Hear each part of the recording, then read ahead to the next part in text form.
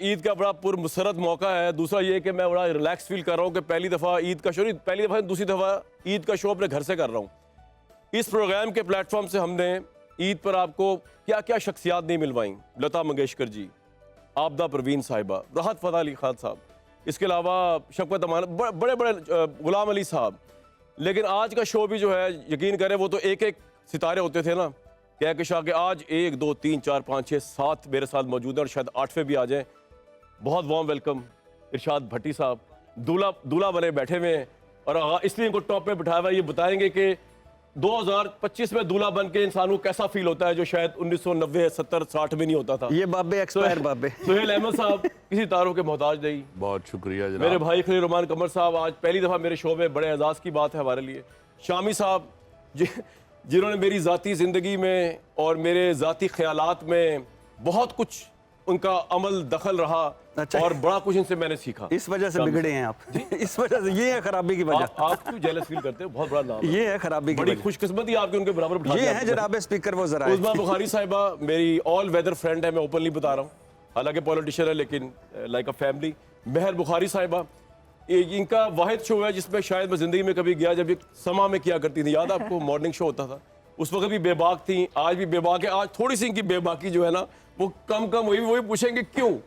और एक और इनका तारुफ है, हमारे भाई है काशिफ वासी, उनकी ये वाइफ है, इनसे मैंने ये भी पूछना है कभी ये अपना नाम रखती हैं महर अब्बासी, कभी ये रखती है महर बुखारी, तो कभी झगड़ा होता है तो उसमें से रखती है किस्सा, ये भी पूछूंगा मैं। और मेरे हफीजुल्लाह न्याई साहब, ये आए तो तोहफे में है क्योंकि शामी साहब से मोहब्बत थी और शामी साहब को इनसे मोहब्बत है, लेकिन फिर इनसे ही मोहब्बत होगी। न्याई साहब बहुत शुक्रिया, एक तारीख है न्याई साहब के साथ। न्याई साहब वो हस्ती है जिन्होंने डंडा और गंडासा उठा के मुझे कहा कि इमरान खान पाकिस्तान के लिए आखिरी सिर्फ वो है उम्मीद की किरण, और उसके बाद उन्होंने मुझे दोबारा कहा कि नहीं ये उम्मीद डूब गई। तो ये इतना बड़ा चेंज, ये भी जानने की कोशिश करेंगे। जी सर, इनकी अपनी उम्मीद बहुत वेलकम आप सब लोगों को। शामी साहब अगर आपकी इजाजत तो दूल्हे साहब से मैं, आज के दूल्हा ये है, ठीक है जी? आज के दूल्हा, आज के दूल्हा। अच्छा आज भी कुछ किया है? आज भी काफी सारा फॉर्म में आज। आप वो ना भट्टी साहब आप सोच समझ के आप इद्दत में निकाह वाला आप मेरे पे केस ना कर देना, आप लोगों को बड़ा एक्सपीरियंस है, ना करना आप। नहीं कर हम क्यों करेंगे आप आपके ऐसे ऊपर? हरकतें ही ना कीजिएगा। नहीं मैं करूंगा। कीजिएगा, सही है। मैं करूंगा। सुहेल साहब, 2 जुमले भट्टी साहब के लिए, हालांकि ये सवाल ऐसा अजीबो गरीब है कि मैं आपसे पूछता हूं, सुहेल साहब इतने बड़े हमारी सेलिब्रिटी लेजेंड, लेकिन सर कोई बात नहीं, आज दूल्हे भी है। इनकी शादी मेरे साथ नहीं हुई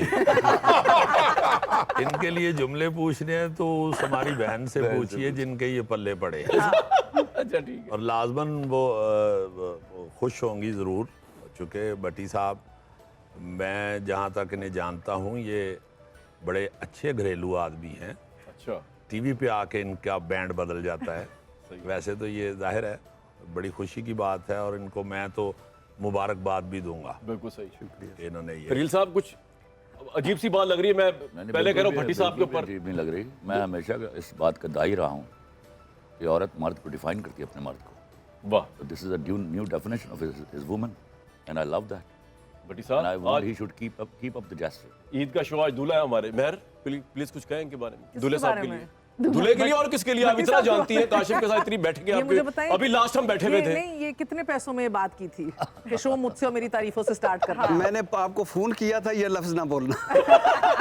चलो ये तो हो गया सेंसर, अब कोई 2 जुमले। भट्टी इनकी साहब शान हरदिल में। अजीज भट्टी साहब हैं, मेरे तो बहुत ही ज्यादा फेवरेट हैं for multiple reasons. He is always given me so much respect and love, और इनके साथ हंसी मजाक एक और लेवल का होता है, and he is just very unique as a person. बिल्कुल सही है।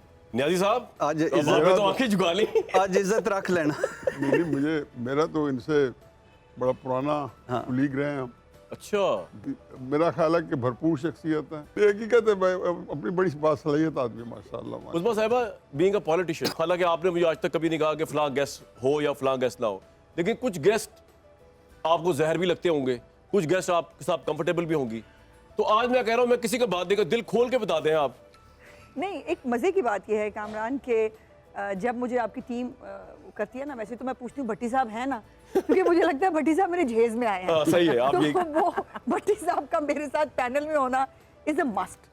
तो मतलब मुझे नहीं पता था कि ईद वाले दिन आपने हमसे ये मतलब ये कोई हमसे गलती हुई है, बताई हुई है कि हमने ईद का सारा दिन भट्टी साहब की शान में जो है वो तारीफें किसी- करते हुए किसी- जो है वो गुजारना है, किसी- ये मुझे आइडिया नहीं था। आज लेकिन मुझे भट्टी साहब अच्छे भट्टी आदमी आज मुझे भट्टी शरीफ करके ना नहीं नहीं, आप नहीं हो सकते, आप नहीं हो सकते, शरीफ तो बिल्कुल नहीं हो सकते। अच्छा, जब आप खाली भट्टी रहे वही बेहतर है। उसमें कौन सी शामी दूसरी राय साहब है? ये जो है ना तनकीद एक बड़ा इंटरेस्टिंग मौजू है। वैसे आपके नज़दीक जो आजकल का जर्नलिज्म हो रहा है उसमें तनकीद मेरिट पे हो रही है, लबो लहजे से लेकर ऑब्जेक्टिविटी से लेकर, क्योंकि फिर लोग ऑफेयर भी हो जाते हैं, क्या वो फिर इस वजह से हो रहे होते हैं या उसकी वजूहत कुछ और होती हैं, और कुछ जिनको ऑफेयर होना चाहिए वो ऑन एयर बैठे होते हैं, इसकी क्या वजूहत है?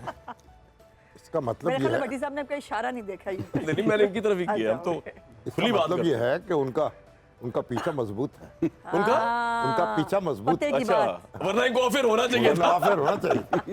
वो एक एड्डे भोले लगे, एड्डे भोले नहीं हैं। हाँ, ऐसे बोल- कहाँ मुंह मारना है, उनको Thank you. अच्छी तरह मालूम है थैंक यू कि कहाँ रुकना है, कहाँ रुकना, कहाँ चलना है। वो बेचारे शुरफा पे ही हमलावर हो सकते हैं, शुरफा। बदमाशों पे नहीं। अभी तो उन्होंने कहा है मुझे भट्टी शरीफ कह दें, तो मेरी बात समझ में नहीं आई कि भट्टी शरीफ कैसे कह दें।